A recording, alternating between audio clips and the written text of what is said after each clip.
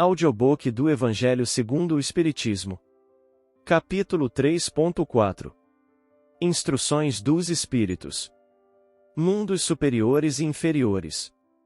Resumo do ensinamento dos Espíritos superiores.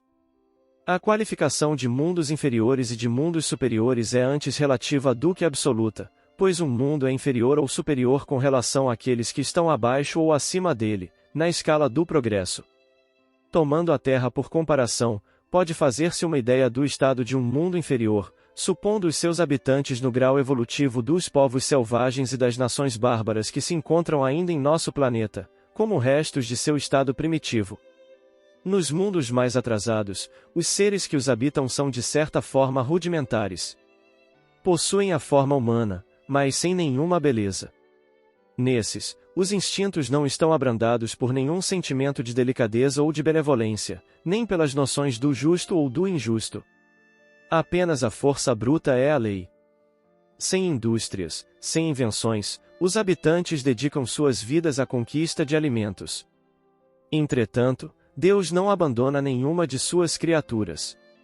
No fundo obscuro dessas inteligências encontra-se, latente, a vaga intuição, de um ser supremo, mais ou menos desenvolvida. Esse instinto basta para que uns se tornem superiores aos outros, preparando-se para a eclosão de uma vida mais plena, pois não são seres degradados, mas crianças em crescimento. Entre esses graus inferiores e os mais elevados, existem inumeráveis escalas, e entre os espíritos puros, desmaterializados e resplandecentes de glória, mal se reconhece aqueles que animaram os seres primitivos, assim como no homem adulto mal se reconhece o antigo embrião. 9. Nos mundos que atingiram um grau superior, as condições da vida moral e material são diferentes das encontradas na Terra. A forma dos corpos é sempre, como por toda parte, a humana, entretanto, mais embelezada, aperfeiçoada e, sobretudo, purificada. O corpo nada tem da materialidade terrena, e não é, consequentemente, sujeito às necessidades, às doenças e às deteriorações decorrentes do predomínio da matéria. Os sentidos, mais sutis, têm percepções que a rudeza dos nossos órgãos sufoca. A leveza específica dos corpos torna a locomoção rápida e fácil. Em vez de se arrastarem penosamente sobre o solo, eles deslizam, por assim dizer, na superfície ou pelo ar, sem outro esforço além da própria vontade, à maneira das representações dos anjos ou como os manes dos antigos nos campos elíseos. Os homens conservam à vontade os traços de suas existências passadas e aparecem aos amigos tal qual estes os conheceram, mas iluminados por uma luz divina, transfigurados pelas impressões interiores, que são sempre elevadas. No lugar de rostos pálidos, devastados pelo sofrimento ou pelas paixões, a inteligência e a vida resplandecem, com esse brilho que os pintores traduziram pela auréola dos santos. A pouca resistência que a matéria oferece a estes espíritos já bem avançados, facilita o desenvolvimento dos corpos e abrevia ou quase anula o período da infância. A vida, isenta de preocupações e de angústias, é proporcionalmente muito mais longa do que a da Terra. Em princípio, a longevidade é proporcional ao grau de evolução dos mundos.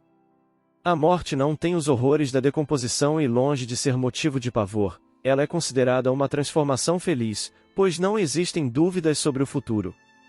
Durante a vida, não estando a alma encerrada numa matéria compacta, irradia e goza de uma lucidez que a coloca num estado quase permanente de emancipação, permitindo a livre transmissão do pensamento. Nesses mundos felizes, as relações de povo a povo, sempre amigáveis, nunca são perturbadas pela ambição de dominação nem pelas guerras que lhes são consequentes. Não há mestres nem escravos, nem privilegiados pelo nascimento. Somente a superioridade moral e intelectual estabelece a diferença de condições e confere a supremacia.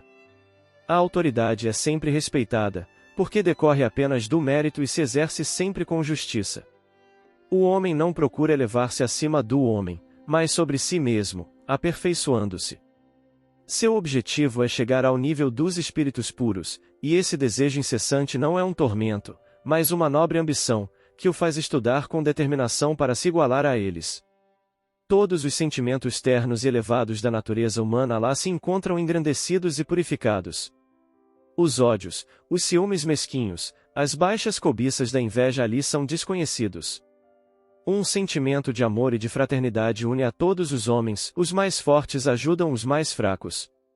Suas posses são correspondentes às possibilidades de inteligência de cada um, mas ninguém sofre pela falta do necessário, pois ninguém ali está por expiação.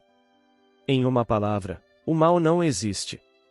Em vosso mundo, tendes a necessidade do mal para sentir o bem, da noite para admirar a luz, da doença para apreciar a saúde.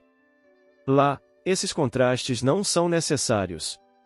A eterna luz, a eterna bondade, a paz eterna da alma proporcionam uma perene alegria, que não é perturbada nem pelas angústias da vida material, nem pelo contato dos maus, que ali não tem acesso. Aí está o que o espírito humano só dificilmente compreende. Ele foi engenhoso ao pintar os tormentos do inferno, mas nunca representou as alegrias do céu. E isso por quê? Porque, sendo inferior, ele apenas conheceu dores e misérias, e não pode entrever as luzes celestes. Ele não pode falar daquilo que não conhece, mas, à medida que ele se eleva e se depura, o seu horizonte se amplia e ele compreende o bem que está diante dele, assim como compreendeu o mal que ficou para trás. Entretanto, esses mundos afortunados não são mundos privilegiados, pois Deus é imparcial com todos os seus filhos. Ele dá a todos os mesmos direitos e as mesmas facilidades para chegarem até lá. Fez que todos partissem do mesmo ponto e não dota a uns mais do que a outros. Os primeiros lugares são acessíveis a todos, cabe-lhes atingi-los o mais rápido possível ou se abandonarem durante séculos e séculos nos baixos níveis da humanidade.